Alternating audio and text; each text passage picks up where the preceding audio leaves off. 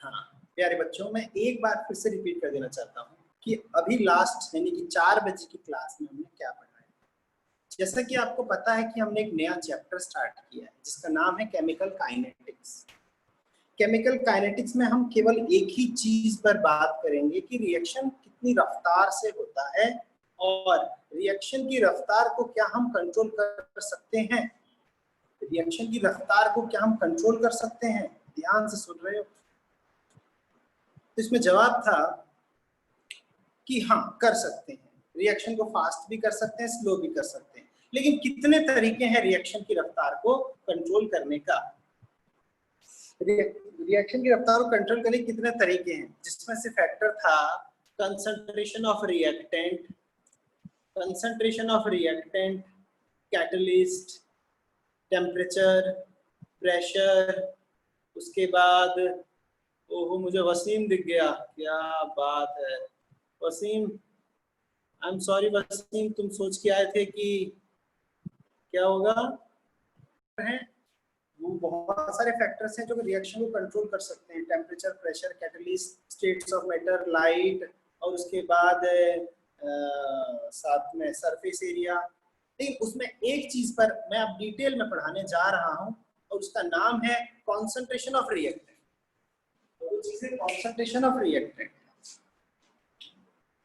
ठीक है, एक बार कुछ 11th का भी रिवाइज होगा और 11th की वो खास चीज रिवाइज होगी जो 11th में अच्छे से नहीं समझाया गया, वो है कॉन्सेंट्रेशन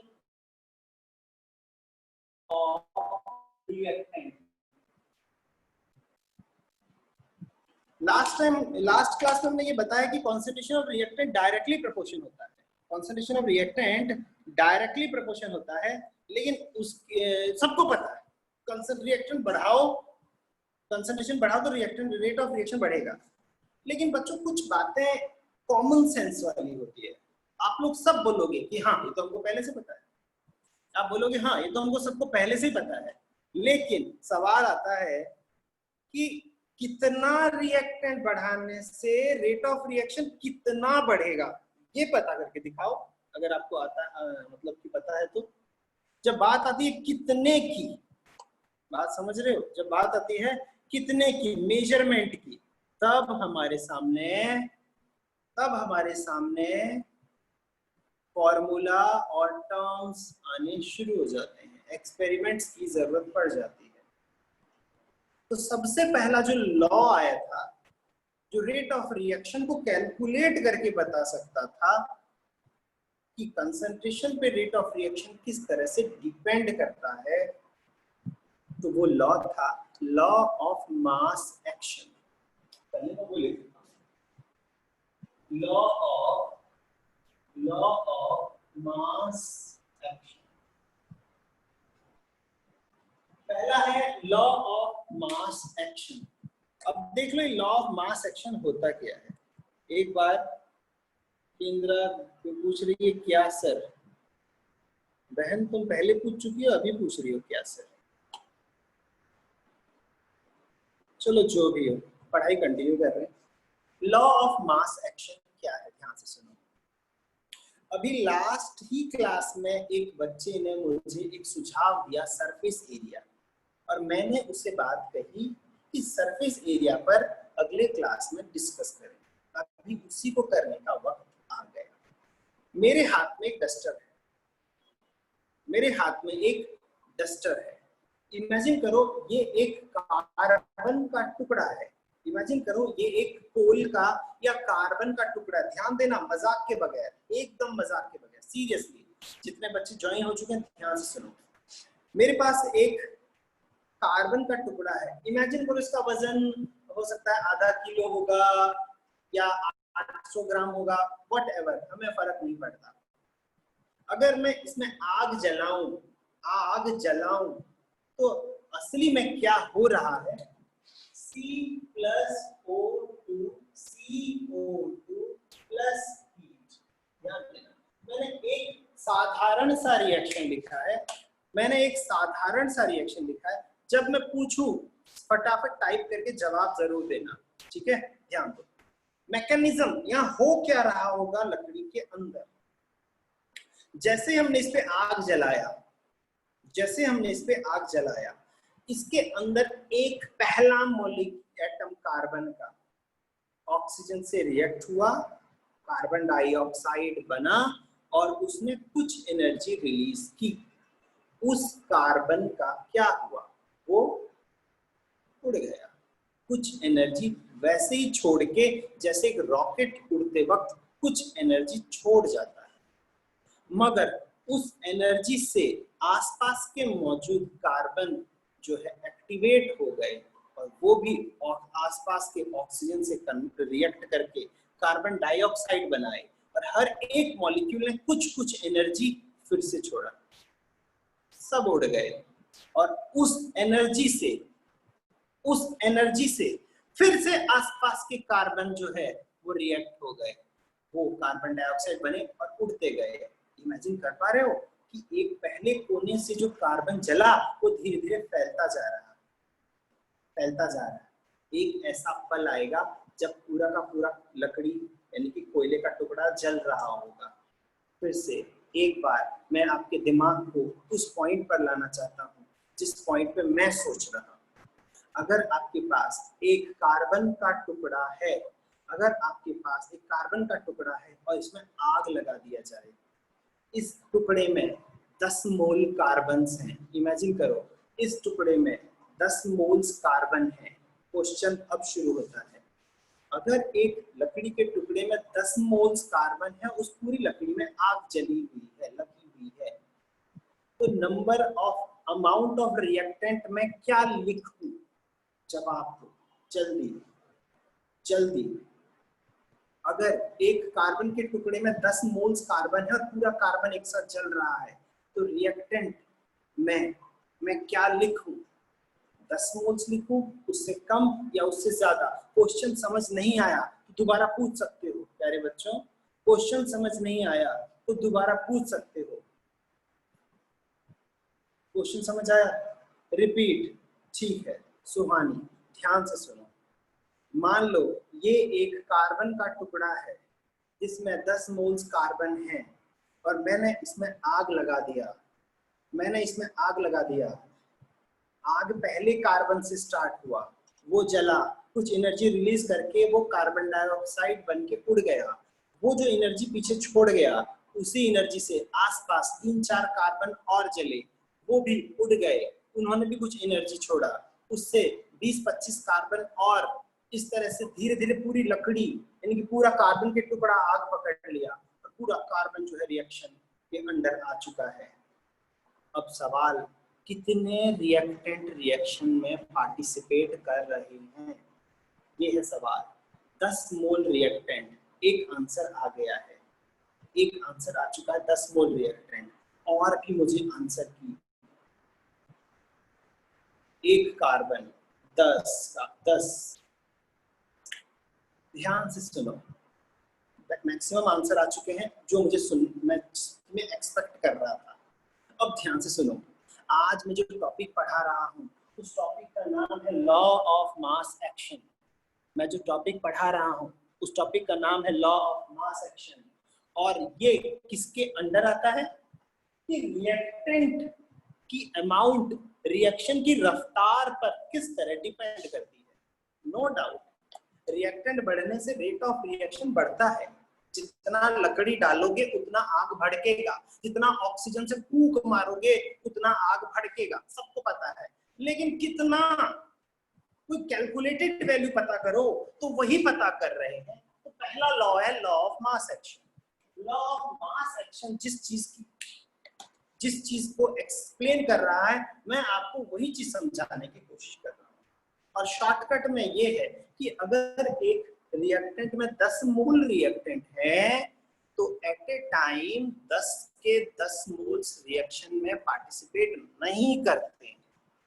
एट ए टाइम 10 में से 10 मोल्स रिएक्टेंट में पार्टिसिपेट नहीं करते हैं, जैसा कि बच्चों ने आंसर लिखा है। लास्ट क्लास में केंद्रा ने बोला था surface area depend on surface area.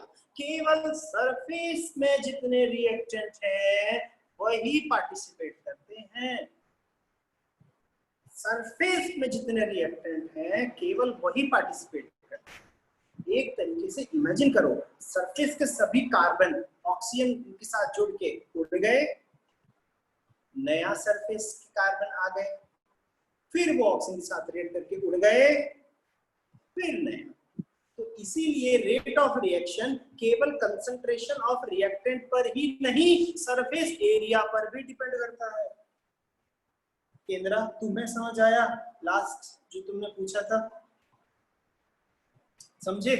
तो लॉ ऑफ मास एक्शन क्या बोलता है कि आप रिएक्टेंट जितना भी ले लो, एक्टिव जितने काम करने वाले रिएक्टेंट हैं वो अलग होते हैं, और the mass of a reactant take part in a chemical reaction is called active mass. इसने जो टर्म दिया वो था एक्टिव मास। ये एक्टिव मास क्या होता है? लॉ ऑफ मास एक्शन ने बोला कि mass of reactant take part in a chemical reaction at a particular interval of time is called active mass. और उसने ये बोला कि जो एक्टिव मास होते हैं ना वो कंसंट्रेशन पर डिपेंड करते हैं। आप जितना ज्यादा रिएक्टेंट लोगे उतना ज्यादा एक्टिव मास भी बढ़ेगा। अब मैं मैथमेटिकली आपको लॉ ऑफ मास एक्शन समझाने जा रहा हूं। आपको मैं law of mass action mathematically समझाने जा रहा हूं। ए और बी नामक रिएक्टेंट अगर प्रोडक्ट बना रहे हैं, ए नामक रिएक्टेंट अगर प्रोडक्ट बना रहे हैं तो रेट ऑफ रिएक्शन जो है, रेट ऑफ रिएक्शन जो, ये मैं नहीं बोल रहा हूँ, ये लॉ ऑफ मास एक्शन बोल रहा है, directly proportional to the molar concentration of A and rate of reaction also directly proportional to the molar concentration of B. दो चीजों पर डिपेंड करता है। अब ये तो बड़ा सिंपल सा है, इसका मतलब rate of reaction is equal to A into B। अभी नोट मत करना क्योंकि ये चीज 11th में पढ़ चुके हो, लेकिन हो सकता है होश अब आया होगा। अब इसको थोड़ा सा ऊपर लेवल में ले जा रहा, थोड़ा सा ऊपर लेवल में और ले जा रहा, ठीक है? अच्छा, 2 और 3 मान लो कोफिशिएंट भी लगा लेते हैं।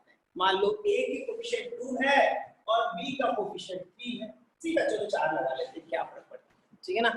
अब बताओ रेट ऑफ रिएक्शन जो है वो कैसे डिपेंड करता है?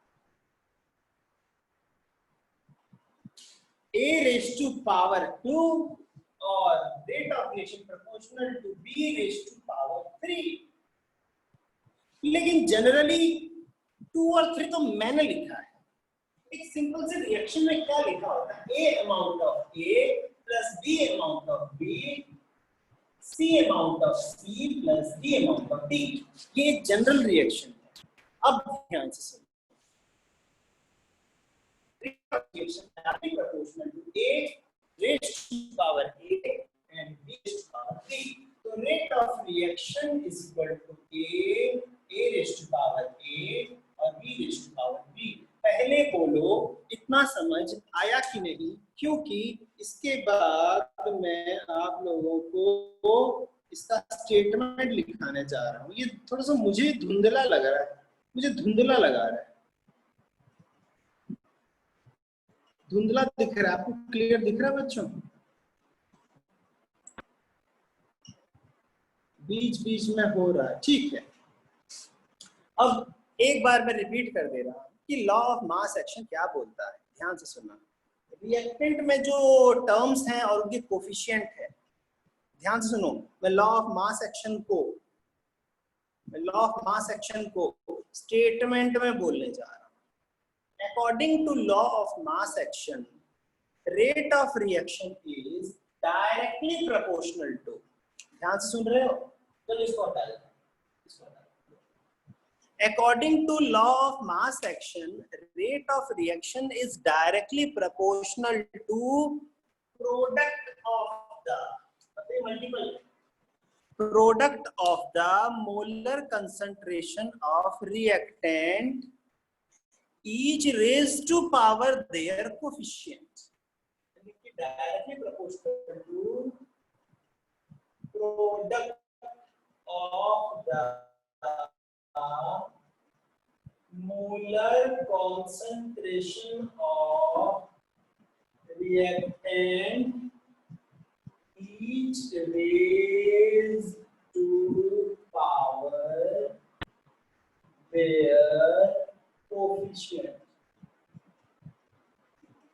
ये ध्यान से सुन लो, ये है law of mass action. Rate of reaction is directly proportional to product of the molar concentration of reactant each raised to power their coefficient. इतनी सी बात समझ आई कि नहीं? क्योंकि अभी मैं इस पे क्वेश्चन देने जा रहा हूं। समझ आई? क्योंकि इतने पे मैं क्वेश्चन देने जा रहा हूं। वाह, वेरी गुड सुहानी, बहुत एक्टिव हो तुम तो, एकदम आते ही छा गई भाई, क्या बात है, क्या बात। अब हम इससे क्वेश्चन देते हैं।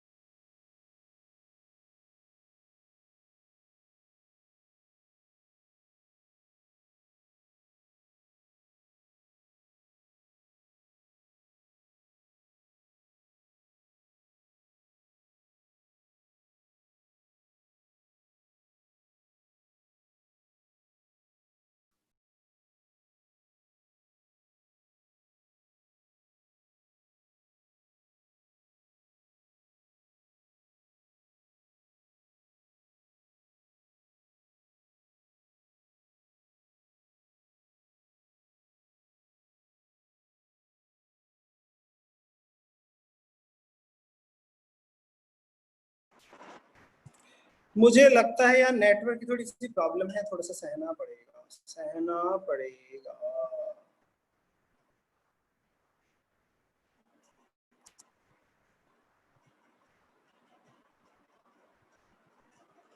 अब देख लो,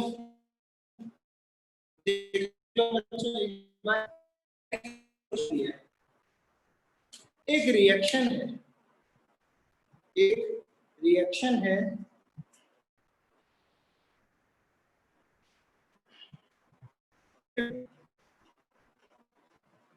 वीडियो फिर से फ्रीज हो रहा है ना?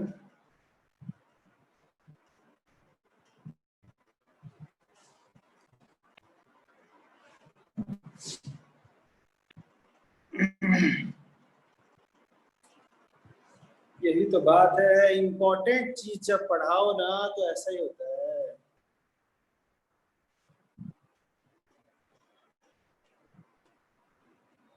रिपीट कर दूंगा, बस चुपचाप देखो। हाँ सही कह रही गुरशीत, किसी इंपॉर्टेंट मत पढ़ाओ, कोई बात नहीं बहन, थोड़ा सा सहना पड़ेगा। एक क्वेश्चन दिया है जिसमें 2a प्लस b 1b से प्रोडक्ट बन रहा है, 2a प्लस 1b से प्रोडक्ट बन रहा है, और नीचे rate of reaction is equal to क्या होगा? Rate of reaction is equal to क्या होगा? k into a raise to power 2 और b रेज टू पावर 1। ठीक है, फिर से देख लो, a plus B, 2a plus B product बन रहा है, तो rate of reaction is equal to rate is equal to k a raise to power 2 और b रेज टू पावर 1 है। मैंने अभी k के बारे में जिक्र नहीं किया, मुझे जरा कर लेना चाहिए था। k को बोलते हैं रेट कांस्टेंट, ठीक है, k को बोलते हैं रेट कांस्टेंट, और k का वैल्यू हर रिएक्शन का अलग होता है, जैसे इक्विलिब्रियम कांस्टेंट में हमने पढ़ा था। जैसे हमने इक्विलिब्रियम कांस्टेंट पढ़ा था ना, ये है रेट कांस्टेंट। हर रिएक्शन का अपना एक रेट कांस्टेंट होता है। इसको इक्विलिब्रियम कांस्टेंट मानने की कोशिश बिल्कुल मत करना, क्योंकि इक्विलिब्रियम कांस्टेंट जो होता है वो k का वैल्यू एट इक्विलिब्रियम है, एट इक्विलिब्रियम है, और ये अलग चीज है। ठीक है, क्वेश्चन सुनो,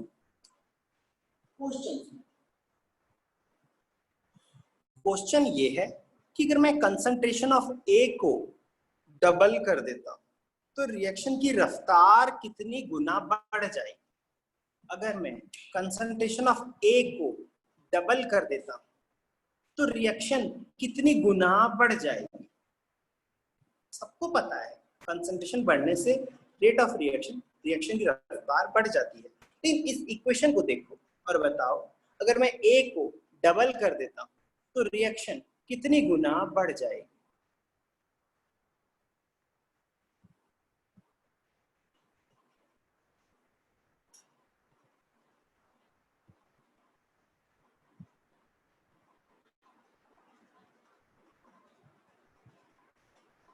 ज्यादा दिमाग बिल्कुल मत लगाओ।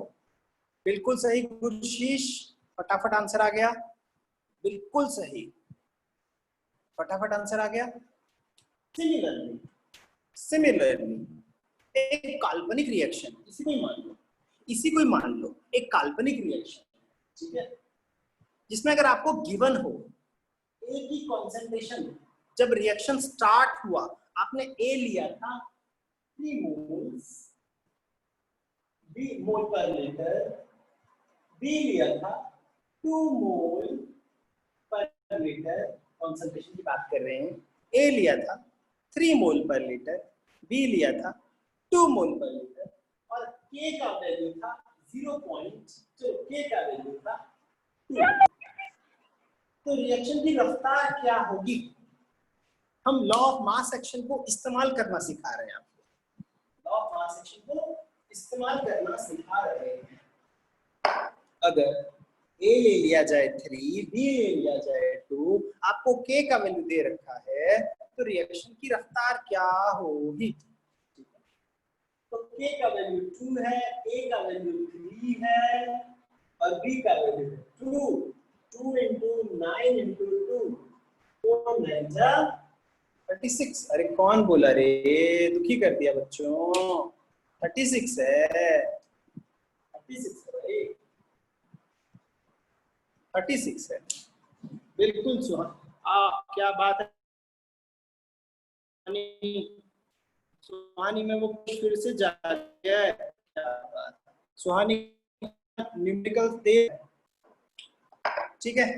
लॉ ऑफ मास एक्शन पर एक क्वेश्चन देखो फिर से, एक लॉ ऑफ मास एक्शन पर एक क्वेश्चन, जैसे मान लो 3a प्लस 2b से एक प्रोडक्ट बन रहा है, 3a प्लस 2b से प्रोडक्ट बना, चलो CD बना लो, क्या फर्क पड़ता है। और रेट ऑफ रिएक्शन क्या होगा, के a रेज़ टू पावर 3 और b raise to power 2, a raise to power 3, b raise to power 2। Rate of reaction क्या होगा if a twice, b twice and a and b both twice। Question को जरा ध्यान से सुनो। ए की concentration double कर देने पे रेट ऑफ रिएक्शन क्या होगा, बी की कॉन्सेंट्रेशन डबल कर देने पे रेट ऑफ रिएक्शन क्या होगा, और ए और बी दोनों की कंसंट्रेशन डबल कर देने से रेट ऑफ रिएक्शन क्या होगा।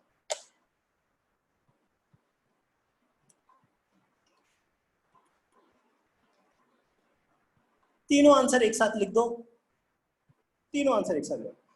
9 आया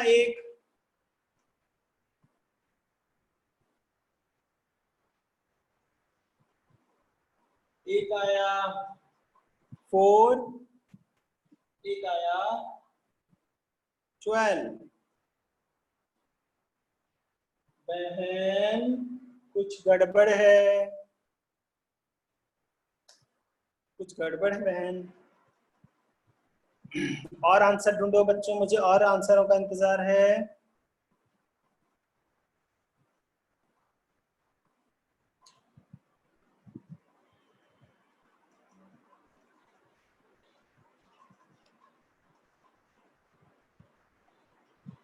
नहीं, ना ना, बिल्कुल नहीं।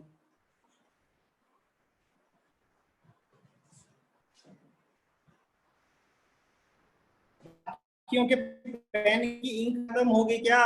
ए की वैल्यू क्या है? मैंने रेट ऑफ रिएक्शन क्या हो जाएगा अगर सिर्फ ए, सिर्फ बी और ए और बी तीन कंडीशन दिए हैं। ये कोई क्वेश्चन नहीं है, क्वेश्चन नहीं है। ए की वैल्यू, अच्छा अच्छा ठीक है, अभी समझे।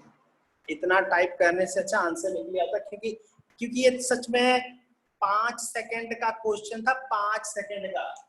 ए को ट्वाइस कर दिया, मतलब ए जो है 2⁻³ 8 टाइम्स, 8 टाइम्स। बी ट्वाइस कर दिया, मतलब 2⁻², 4 टाइम्स, 4 टाइम्स। और ए और बी दोनों को डबल कर दिया, मतलब 8 × 4, 8 4 जा 32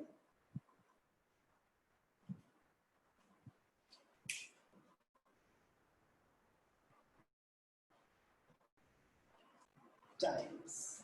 प्यारे बच्चों, आप लोगों को ये क्वेश्चन नहीं आया तो दुखी होने की जरूरत बिल्कुल नहीं है, क्योंकि अभी ट्रेलर है। ऐसे ऐसे क्वेश्चनों का दर्जन दर्जन भर के मैं क्वेश्चन आपको देने वाला हूं, घबराओ मत। और एक खुशखबरी तो मैंने आपको बताई थी कि 12th क्लास में केवल 3 ही चैप्टर है जो कि न्यूमेरिकल बेस्ड है। सॉल्यूशन, इलेक्ट्रोकेमिस्ट्री और केमिकल काइनेटिक्स। तो ये आखिरी वो चैप्टर है जो न्यूमेरिकल है, इसके बाद के किसी भी चैप्टर में न्यूमेरिकल्स नहीं है। तो इसीलिए आपका फर्ज बनता है केवल 3 चैप्टर को शिद्दत से निभाना है। 11th क्लास तो आपने अच्छे से किया ही नहीं न्यूमेरिकल, मतलब कि आपको 12th में सिर्फ एक ही चैप्टर पे न्यूमेरिकल में भी फोकस करना है।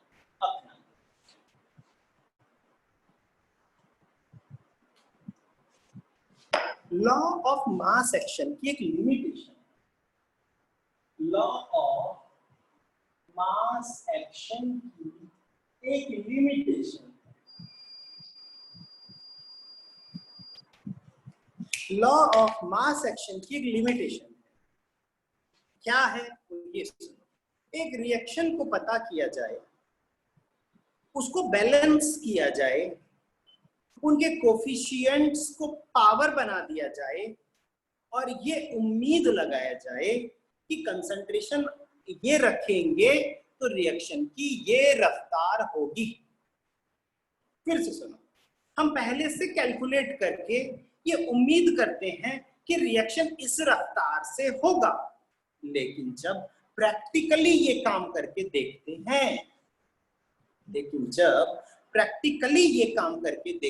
हैं, तो रिजल्ट वो नहीं आता।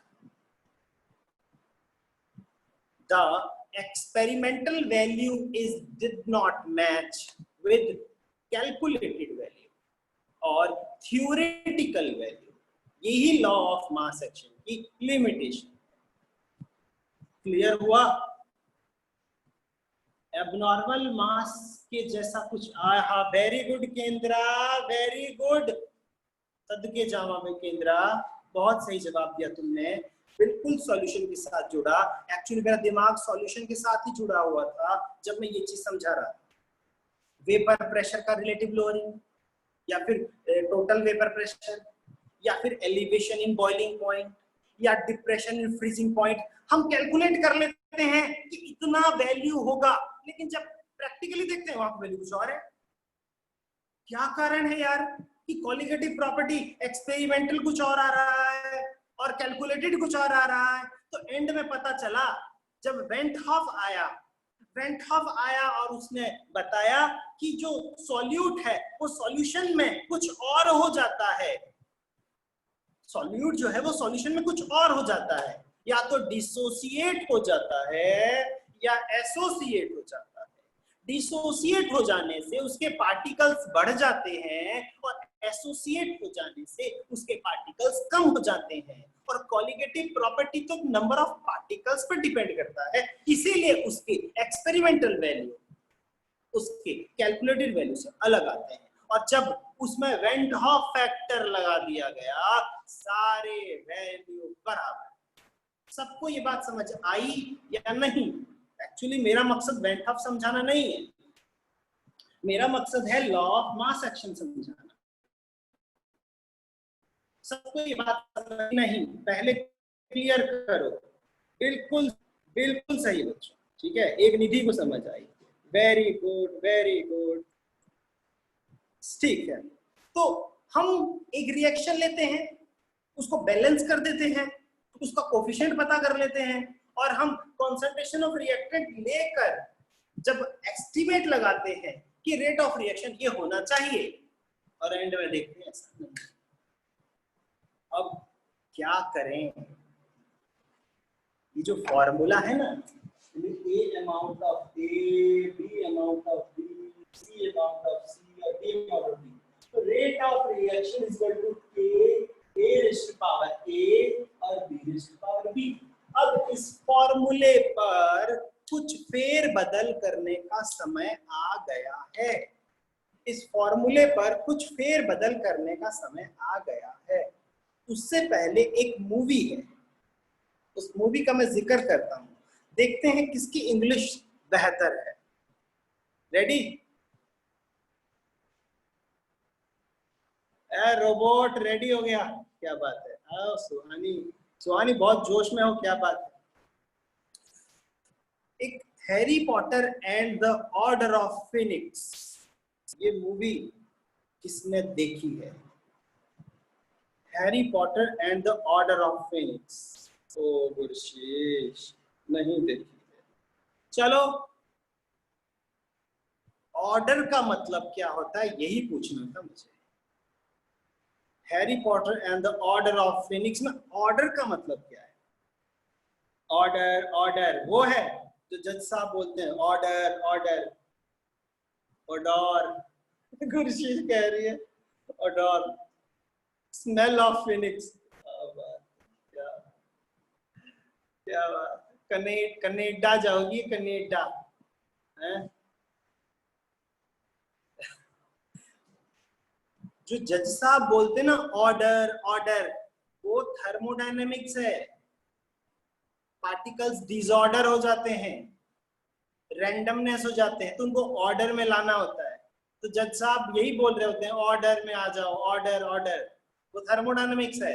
लेकिन जो मूवी की बात कर रहा हूँ, Harry Potter and the Order of Phoenix, ये कुछ और है। भाई बताओ, जल्दी बताओ बाबा, वेट कर रहे हैं सर जी, वेट कर रहे हैं भाई। कोई बात नहीं, लेकिन बात कुछ किसी को तो पता हुआ। ए रोबोट, बड़ा जोश में था ना, कहाँ गया तू? कहाँ रोबोट, कहाँ है? बहुत चर्बी थी इसको। ऑर्डर ऑर्डर मैं बताता हूँ, O O R D R, order, O R D R. अच्छा हुआ मैंने वो नहीं बताया पहले, वरना गूगल से सर्च कर रहे होते। ऑर्डर का मतलब होता है, ऑर्डर का मतलब होता है कमांड, ऑर्डर का मतलब होता है कमांड, कमांड का मतलब होता है कंट्रोल। ऑर्डर का मतलब होता है कमांड, और कमांड का मतलब होता है कंट्रोल। अभी मैं आपको ऑर्डर ऑफ रिएक्शन अगर मैं पहले ही बोल देता तो आपको ये बात समझ नहीं आती। पहले आपको सिचुएशन समझा रहा हूं कि हम एक्चुअली पढ़ना क्या चाहते हैं। हमने देखा कि इक्वेशन भी है और फॉर्मूला भी है, और इस फॉर्मूले पे अगर उनका कोफिशिएंट ही लगा दिया जाए पावर में, तो ये प्रैक्टिकली कभी सच होता भी है तो कभी सच नहीं होता है। असली लाइन यही है। Experimentally, it is proved that A and B sometime follow the reaction and sometime not. तो हम ऐसा क्या करें कि A और B के बदले कोई और चीज सोचें। कोई और चीज का मतलब वो चीज सोचो जिसपे रिएक्शन कंट्रोल में है। तो साइंटिस्ट लोगों ने एक्सपेरिमेंट में क्या किया, A और B को रिप्लेस कर दिया X एंड Y में। X एंड Y में कुछ बुक्स में अल्फा बीटा भी होगा, इसलिए घबराना मत, ठीक है। ऑर्डर ऑफ द रिएक्शन, तो अब जो फॉर्मूला आएगा उसको बोलते हैं लॉ ऑफ, सॉरी अब बोलेंगे उसको रेट लॉ एक्सप्रेशन। पहले सुन लो, what is rate law expression, पहले सुन लो, what is rate law expression? The expression for the rate of reaction, scientist लोगों ने बड़े एक्सपेरिमेंट किए और एक ऐसा एक्सप्रेशन निकाला, the expression for the rate of reaction,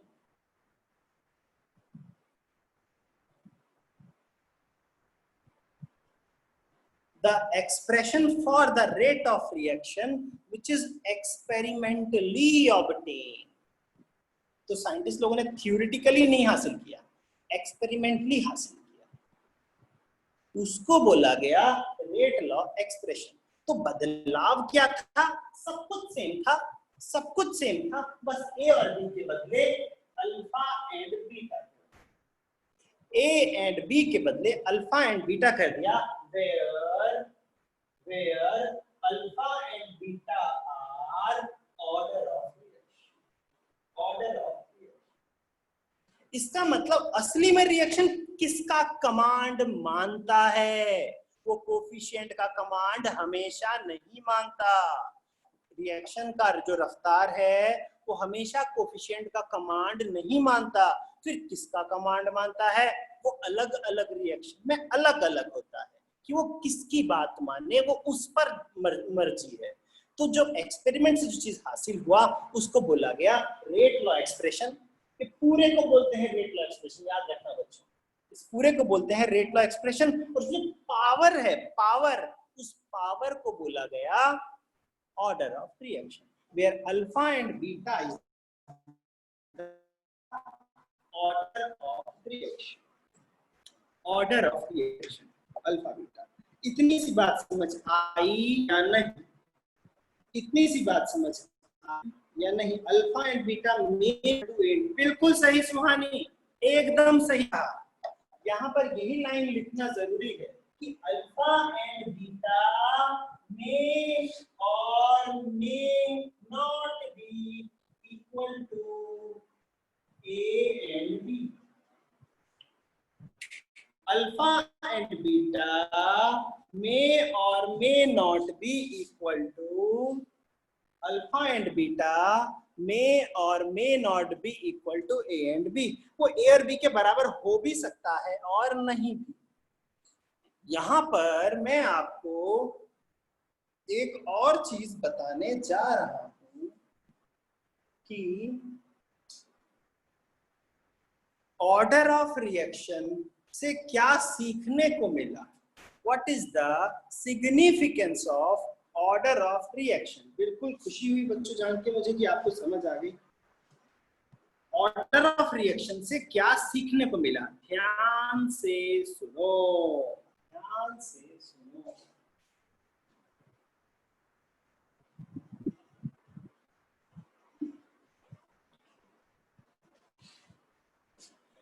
reaction में कुछ कुछ ऑर्डर होते हैं, जीरो ऑर्डर, चलो जीरो से स्टार्ट। जीरो ऑर्डर रिएक्शन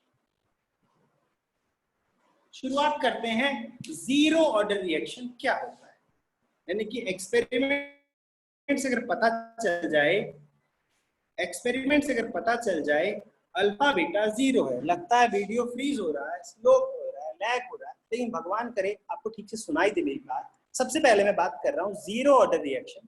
और जीरो ऑर्डर रिएक्शन क्या होता है? अगर मैं एक रिएक्शन में H2 plus Cl2 2H, H2 plus Cl2 2H, rate of reaction is equal to K H2 to the power 1 or Cl2 to the power 1।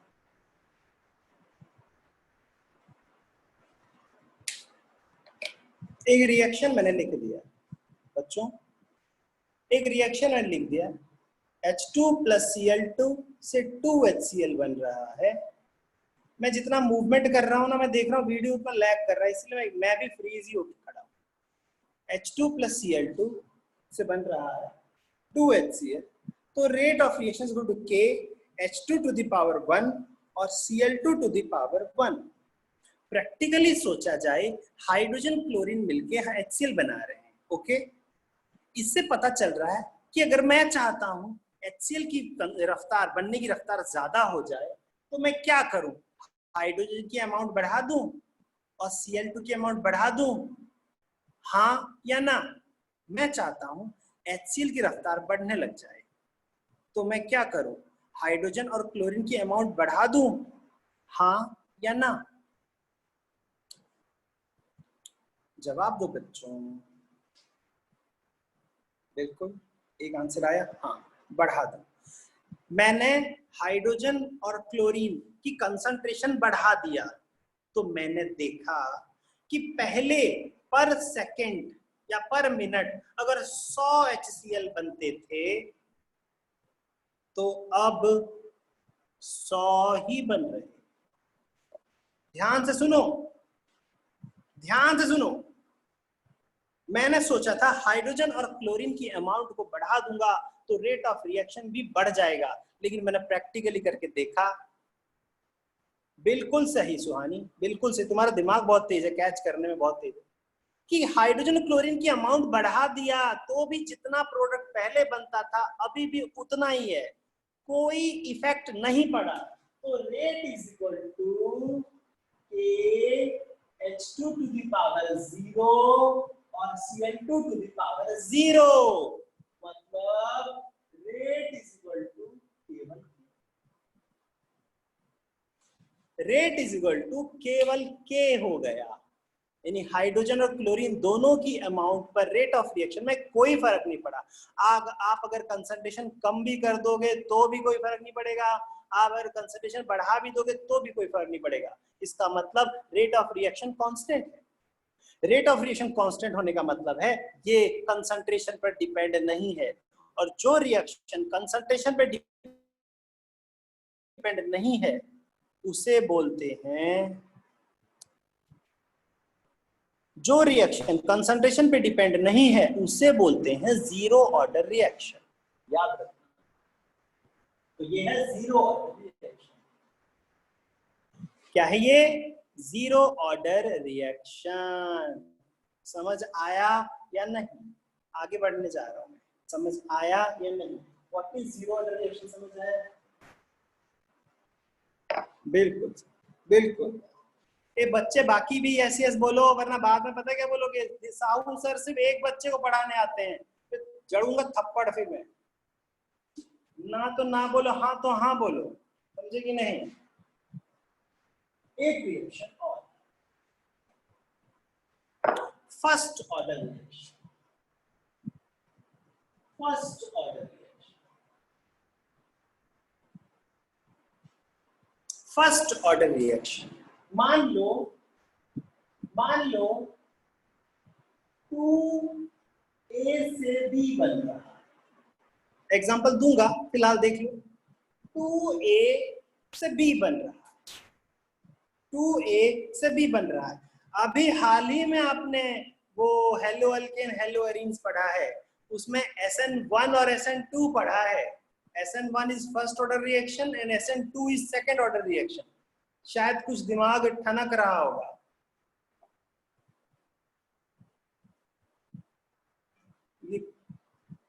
ये कौशल किसी और, ही इज लिविंग इन 1884 शायद। Kaushal, the man who living in 1884, इसको होश नहीं है अभी, जाने दो। क्या सवाल पूछ रहा है पिछले क्वेश्चन का, मैं कुछ और पूछ रहा हूं, तो मैं वही बता रहा हूं। देखो मैं एक फर्स्ट ऑर्डर रिएक्शन की कल्पना कर रहा हूं। मान लो रिएक्टेंट 2 टाइम्स से प्रोडक्ट बन रहा है, तो रेट ऑफ रिएक्शन बनना चाहिए a raised to power 2। Rate of reaction होना चाहिए a raised to power 2। a को अगर मैं 1 कर दूं तो रेट क्या है, 2 कर दूं तो रेट क्या है, 3 कर दूं तो रेट क्या है, 4 कर दूं तो रेट क्या है, कोई बताएगा? a को 1 कर दूं तो रेट क्या है, a को 1 कर दूं तो रेट क्या है?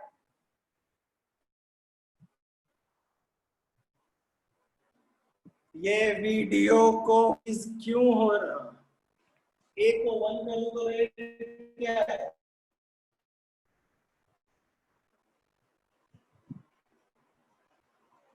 वन कर दिया तो के, 2 कर दिया तो 4 के, 3 कर दिया तो 9 के, 4 कर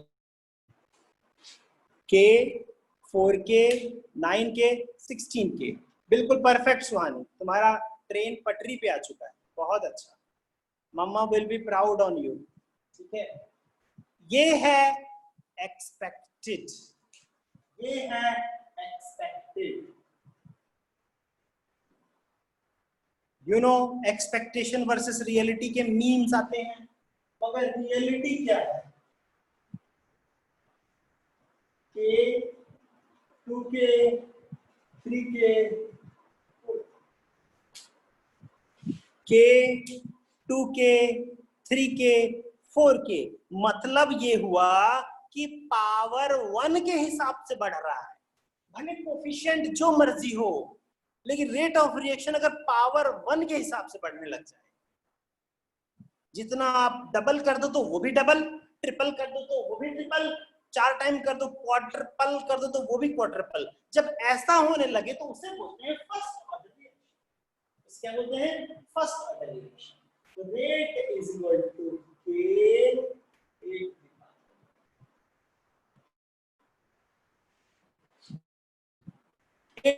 power 1।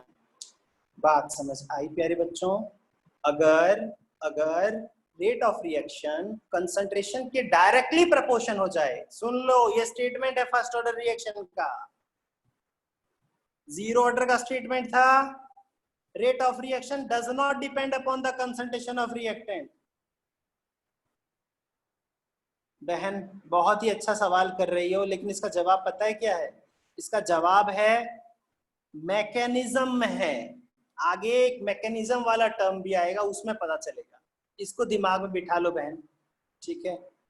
You are no doubt you are living in 8/8/2020, मगर बाकी बच्चे आर लिविंग इन, क्या बोलते हैं उसको, 4/7/2020। माना कि तुम एक महीना आगे चल रही हो बहन, फिर मैं बाकी बच्चों को ध्यान दे रहा हूँ। यानी कि ऐसा रिएक्शन जिसमें रेट ऑफ रिएक्शन कंसंट्रेशन पे डिपेंड ही ना हो, उसे बोलते हैं जीरो ऑर्डर रिएक्शन। ऐसा रिएक्शन जिसमें रेट ऑफ रिएक्शन कंसंट्रेशन के डायरेक्टली प्रोपोर्शन हो, उसे बोलते हैं फर्स्ट ऑर्डर रिएक्शन। समझ आ रहा है सबको? अब मैं सेकेंड ऑर्डर रिएक्शन, एग्जांपल ना देखो, फर्स्ट ऑर्डर रिएक्शन का एग्जांपल है बायो में पढ़ा है, इन्वर्जन ऑफ शुगर। पढ़ा है आपने इन्वर्जन ऑफ शुगर? क्या आपने हाइड्रोलिसिस ऑफ शुगर पढ़ा है? शुगर को हाइड्रोलाइज करो तो ग्लूकोज एंड फ्रुक्टोज देता है, इसे बोलते हैं इन्वर्जन ऑफ शुगर। एक ये, और दूसरा है hydrolysis of ester, hydrolysis of ester. Inversion of sugar and hydrolysis of ester, these are the two example of, और भी example है, रेडियो एक्टिव डिसइंटीग्रेशन, चाहो तो तीसरा भी लिख सकते हो, रेडियो एक्टिव डिसइंटीग्रेशन। ये तीनों रिएक्शन फर्स्ट ऑर्डर रिएक्शन है। चलो सेकंड ऑर्डर रिएक्शन की बात करते हैं, चलो सेकंड ऑर्डर रिएक्शन की बात करते हैं, ठीक है? सेकेंड ऑर्डर रिएक्शन की बात करते हैं। सेकेंड ऑर्डर रिएक्शन एक दो तरह के हो सकते हैं। सेकेंड ऑर्डर रिएक्शन दो तरह के हो सकते हैं। पहला हो सकता है एक ही रिएक्टेंट हो और प्रोडक्ट बन रहा है, हो सकता है एक ही हो और प्रोडक्ट बन रहा है। यार ये ना नेटवर्क देखो, सही बोल रहा है, कोई चार्ज कर रहा हो सकता है एक ही रिएक्टेंट हो, प्रोडक्ट बन रहा है, मतलब कोफिशिएंट व्हाटएवर द कोफिशिएंट 5 10 कुछ भी कर लो। यहाँ पर रेट ऑफ रिएक्शन जो होगा वो a टू द पावर 2, यहाँ पर rate of reaction a to the power 2 होगा। आप कंसंट्रेशन ऑफ a जब चेंज करोगे तो रिएक्शन की रफ्तार उसके स्क्वायर के हिसाब से बदलेगा। If rate of reaction is directly proportional, सुन रहे हो statement, if rate of reaction is directly proportional to square root नहीं बोलो, square of the molar concentration of reactant, directly proportional to square of the molar concentration of reactant, बहन 3 होगा। देखो क्या बात है बहन, क्या बात है, इस सुहानी इतना तेज दिमाग कहाँ से लाई सुहानी। चलो बताता हूँ मैं, इस 3 का जवाब भी दूंगा मैं, ठीक है।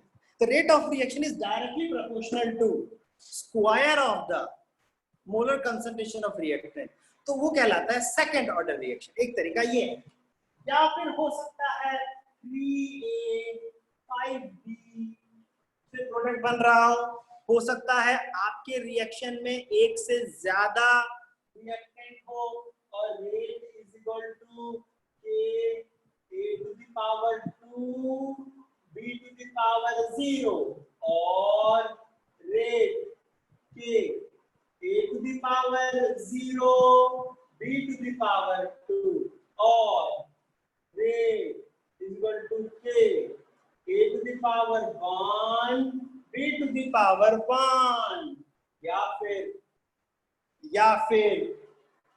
चलो यहाँ पे जाने दो, अभी छोटा सा दिमाग है, इतना समझो, क्योंकि इसके आगे फ्रैक्शंस में भी हो सकते हैं, ये भी सुन लो। हो सकता है a 0.5 हो, b 1.5 हो, तो भी तो क्या हो गया, ऑर्डर ऑफ रिएक्शन 2 हो जाएगा, बिकॉज दोनों का सम तो 2 ही होता है। कि ऑर्डर का मतलब होता है सम ऑफ द पावर, ऑर्डर का मतलब होता है सम ऑफ द पावर। जब रिएक्टेंट में एक इक्वेशन में एक से ज्यादा रिएक्टेंट हो तो पावर का सम होता है, पावर का सम होता है ऑर्डर। 2 + 0 2, ये सेकंड ऑर्डर रिएक्शन है। 2 + 0 2, ये भी सेकंड ऑर्डर रिएक्शन है।